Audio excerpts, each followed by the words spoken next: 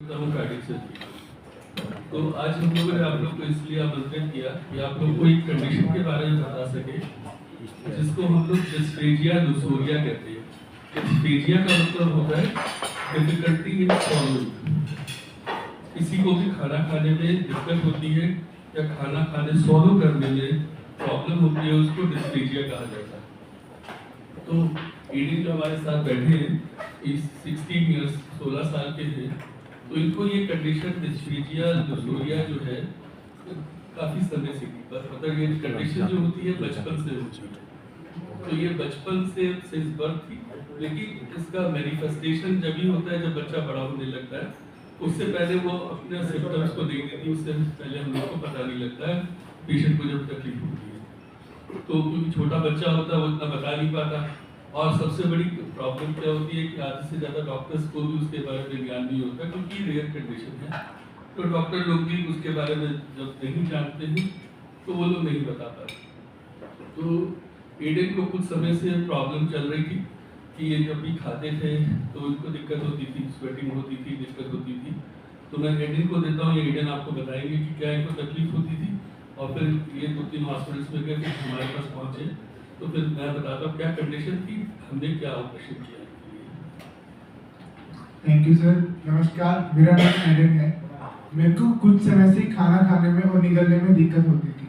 जब भी मैं खाना खाता था तो मेरी छाती में भारीपन रहता था, और कभी कभार तो खाना खाने के बाद शाम को सोते सोते अचानक सोया हूँ, अचानक सांस फूलने लग जाएगा, छाती में अकड़न होने लग जाएगी, स्वेटिंग होने लग जाएगी, मुंह पे चींटियां चलने लग जाएंगी। ऐसा पहले होता था मेरे साथ। उसके बाद फिर रात को इमरजेंसी। आपको कितने समय से हो रहा था ये मेरे को दिक्कत वैसे तो 1.5 साल पहले हुई थी। उसके बाद फिर ये था कि महीने 1.5 महीने में आधी बार होता था। फिर ये होता था कि गैस भी बन जाती है कई बार। उसके बाद फिर लगातार हफ्ते में 2 बार, फिर हफ्ते में 3 बार ये दिक्कत बढ़ती जा रही थी। फिर मैं रात को इमरजेंसी में जाता था यहाँ पे पोजिट्रॉन हॉस्पिटल में। फिर हम वहीं पे एक बार ओपीडी में कंसल्टेशन के लिए गए, तो वहाँ पे फिर डॉक्टर ने सब कुछ नॉर्मल बोल दिया और जस्ट कहा कि पेट में इन्फेक्शन है। तो उसका भी फिर इलाज नहीं हुआ यहाँ से। फिर हम यहाँ से सीधा मैक्स हॉस्पिटल में गए दिल्ली। वहाँ पे सारे सर को दिखाया, रिपोर्ट्स ली, सर ने बेरिंग सेलो सिटी एंजियो टेस्ट करवाए। उससे फिर पता चला कि कुछ एक आर्टरी ऊपर से जा रही है, जिसकी वजह से एक खाने में प्रॉब्लम हो रही है और लाइक पसीना आ रहा है, एसिड रिफ्लक्स हो रहा है। फिर सर ने समझाया हमें किस तरह से इस दिक्कत को ठीक किया जा सकता है, क्या क्या इसके समाधान हो सकते हैं। फिर हम सेकेंड ओपिनियन के लिए भी गए और हॉस्पिटल में, वहाँ का हमें कुछ भी ट्रीटमेंट समझ नहीं आया। हमें सिर्फ सर पे हम लोग एक तो मेदांता हॉस्पिटल में गए थे, डॉक्टर नरेश त्रिवेदी से मिले थे। उनको भी केस कुछ खास समझ नहीं आया। वहीं पे अपने डिपार्टमेंट्स में हमें जुड़ाते रहे कि ये लंग्स वाला डिपार्टमेंट करेगा, फिर वहाँ से वेस्कुलर वाला करेगा, मतलब उनको केस में काफ़ी कंफ्यूजन थी। फिर हम वापस डॉक्टर रजनीश के पास आए, उनको दिखाया, उनसे मिले और सर्जरी के लिए प्लान किया। फिर मेरी सर्जरी हुई थी, 19 को मेरा एडमिशन था, और फिर 23 को सर्जरी हुई थी, और फिर 26 जनवरी को मेरा डिस्चार्ज था। आज दवाइयाँ चल रही हैं पर काफ़ी हद तक ठीक है, इनफैक्ट पूरा ही ठीक है। और अभी सर ने बोला है इसी मंथ में दवाइयाँ भी बंद हो जाएंगी। तो thank you doctor Rajneesh for giving a new life. Thank you Aidan. तो मैं एडन और उसकी फैमिली के लिए भी बहुत शुक्रगुजार हूँ कि they have trusted us for their treatment, because it is a rare condition. तो जितने डॉक्टर्स के पास जाते हैं उतने लोग उनको नई चीज़ बताते हैं, वो लोग नई चीज़ होती है, नया इलाज शुरू हो जाता है, then they started all over again. तो इनकी प्रॉब्लम क्या थी सर कि हम लोग, मैंने ये 3 डायग्राम बनाया है, इसके तरीके से मैं बताने की कोशिश करूँगा, तो समझाने की क्या प्रॉब्लम थी और उसको हम लोगों ने कैसे ठीक किया। तो हम लोग की इनकी जो ये प्रॉब्लम थी उसमें एक आर्टरी, जो नॉर्मल आर्टरी थी, वो हमारी जो फूड पाइप है इसोफेगस, उसके पास पीछे से जा रही थी। नॉर्मली हम लोग की 3 आर्टरीज होती है। ये एओर्टा है जो हार्ट की मेन नस है, ये हार्ट की फोटो है। इसमें से एओर्टा से 3 नसें निकलती हैं, इसको हम लोग इनॉमिनेट कहते हैं, left common carotid, left subclavian. और जो इनॉमिनेट होती है 2 पार्ट्स में डिवाइड होती है, राइट सबक्लेवियन आर्टरी और कॉमन कैरोटिड। ये सबक्लेवियन आर्टरी होती है हम लोग के सबके हाथ में जाती है, हाथ की पूरी ब्लड सप्लाई देती है।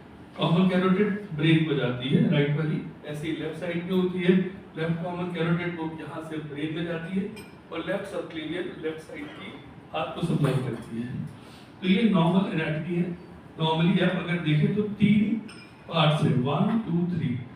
Nominate, left common carotid, left subclavian. तो एडेन के केस में क्या हुआ, जो ये इधर वाली राइट सबक्लेवियन है, यहाँ से ना निकल के उस लेफ्ट सबक्लेवियन के भी आगे से निकली। तो ये एडेन का केस है, इसमें राइट कॉमन कैरोटिड है, लेफ्ट कॉमन कैरोटिड है, लेफ्ट सबक्लेवियन है, और ये जो मैंने बनाई है राइट जो क्रॉस करके बनाई है, ये आर्टरी एबनॉर्मल थी, राइट, जिसको राइट सबक्लेवियन, जिसको राइट साइड से निकलना चाहिए, वो पूरा यहाँ से निकल के इधर उल्टा इधर से लेफ्ट साइड से निकल। और जब ये निकल के यहाँ से आ रही है तो यहाँ पे हमारा ट्रेकिया है और फूड पाइप है। ट्रेकिया मतलब विंड पाइप, और उसके पीछे हमारा फूड पाइप होता है इसोफेगस। तो वो उन दोनों के पीछे से होके यहाँ से अटैच हो रही है। तो इन दोनों के पीछे से यहाँ पे ट्रेकिया और इसोफेगस है, तो यहाँ से निकल के वो पीछे इधर आके जाके मतलब राइट आर्म को इनकी सप्लाई कर रही थी। तो एक तरह से एक रस्सी की तरह की चीज हो गई, जो कि हमारे फूड पाइप को एक तरह से स्ट्रैंगुलेट कर रही है कि जब भी आपने खाना खाया तो एक रस्सी ने खाने को रोक लिया, क्योंकि वो जो आर्टरी है इसके पीछे से घूम के जा रही है, और पीछे से घूम के जब जा रही है तो उसको दबा रही है, तो सांस लेने में भी दिक्कत, क्योंकि वो पहले ट्रेकिया होता है, हमारा ट्रेकिया है, इसके पीछे इसोफेगस है, इसोफेगस के भी पीछे से जा रही है।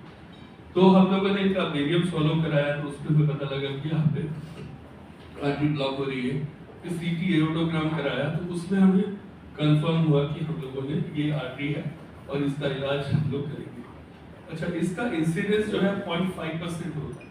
0.5% का मतलब कि लाखों में एक किसी पेशेंट को ऐसा होगा, और उसमें भी कुछ लोग सिम्टम जिनको होती है वो इलाज करा पाते, आधे करा नहीं पाते, तो उनको पता ही नहीं लगता क्या करना है।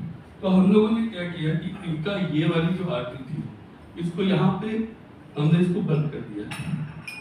अब अगर मैं इसको पूरा यहाँ पे बंद कर दूँ, आपको अगर यहाँ पे बंद कर दिया तो ठीक हो जाएगा, लेकिन अगर इसको सिर्फ हम बंद करके छोड़ देंगे तो एक तो पीछे जो इसोफेगस के पीछे जो फूड पाइप के पीछे से जा रही है वो तो रस्सी की तरह बनी रहेगी, तो और दूसरा प्रॉब्लम होगी इनकी बाजू की सप्लाई कहाँ से आएगी, तो राइट हैंड को तो सप्लाई खत्म ही हो जाएगी ना, तो वो तो राइट हैंड सर्वाइव ही नहीं कर सकता। तो हम लोगों ने क्या किया, इसको तो ब्लॉक किया यहाँ से, इस पूरी आर्टरी को मोबिलाइज किया कि वो इसोफेगस के पीछे से हट जाए, इसोफेगस के पीछे से और ट्रेकिया के पीछे से हट गई। फिर हमने दोनों को ला के, जो राइट हैंड को आर्टरी जा रही है और जो राइट ब्रेन को आर्टरी जा रही है, दोनों के बीच में ग्राफ छोटा सा लगा के दोनों को कनेक्ट किया, ताकि यहाँ से ब्लड अब इधर से होता हुआ राइट हैंड में जाए। तो ये करने में मतलब 4-5 घंटे की सर्जरी थी, एंड पर्सन 16 साल के हैं। तो हम लोगों ने सोचा कि इतने छोटे बच्चे के लिए हम लोग थेरेपॉटमी या स्टेनोटमी या इस तरह की ऑपरेशन ना करें, हम लोग एक रोबोटिक ऑपरेशन करें जिसके जरिए से हम लोग दोनों काम अचीव कर सकते हैं। तो हमने रोबोटिकली, मतलब आप अभी ये दिखा देगा, छोटे छोटे 8-8 मिलीमीटर के 3 इंसिजन से हमने इस आर्टरी को मोबिलाइज करके यहाँ से डिस्कनेक्ट किया, और फिर एक नेक में छोटा सा इंसिजन देके उन दोनों आर्टरीज को कनेक्ट किया। तो ये पूरी कंडीशन को डिस्फेजिया लूसोरिया कहते हैं, जो कि बहुत रेयर कंडीशन है। और दूसरी चीज, क्योंकि हमने रोबोटिकली करा, तो रोबोटिकली पूरी दुनिया में 2 या 3 केस रिपोर्टेड है। इंडिया में फर्स्ट केस है जिसमें रोबोटिकली इस तरह करना है, क्योंकि रोबोटिकली करना बहुत चैलेंजिंग है, तो वो हमने किया। एडन आप दिखा सकते हैं उनको, एक तो नेक वाला दिखाओ कितना है। अब देखो ये है नेक का इंसिजन, जहाँ पे हमने दोनों नसों को जोड़ा नेक की, जहाँ क्योंकि ग्राफ्ट लगाना जरूरी है। ऐसे इधर से और छोटे छोटे 3 इंसिजन है, मतलब you can't even make out, आप बता भी नहीं सक रहे कि वो इंसिजन है। तो रोबोटिकली दिस इज 1 2 3 कोड होते हैं, ये छोटे छोटे 3 कोड हैं। अगर हम लोग ये नहीं करते तो हमें या तो पूरी चेस्ट खोलनी पड़ती आगे से लेकर पीछे तक, या फिर स्टर्नम खोलनी पड़ती पूरी की पूरी, और हम लोग तब ये ऑपरेशन कर पाते। रोबोटिकली इंडिया में ये केस रिपोर्ट नहीं है, कभी नहीं हुआ इंडिया में रोबोटिकली इसका। वर्ल्ड के लिटरेचर को भी हम लोग देखें 2 या 3 जगह वर्ल्ड में हुआ है, वो भी बहुत रेयर। तो इसीलिए हम लोगों ने आपको आज यहाँ आमंत्रित किया ताकि एक रेयर कंडीशन को हम लोगों ने रोबोटिकली किया।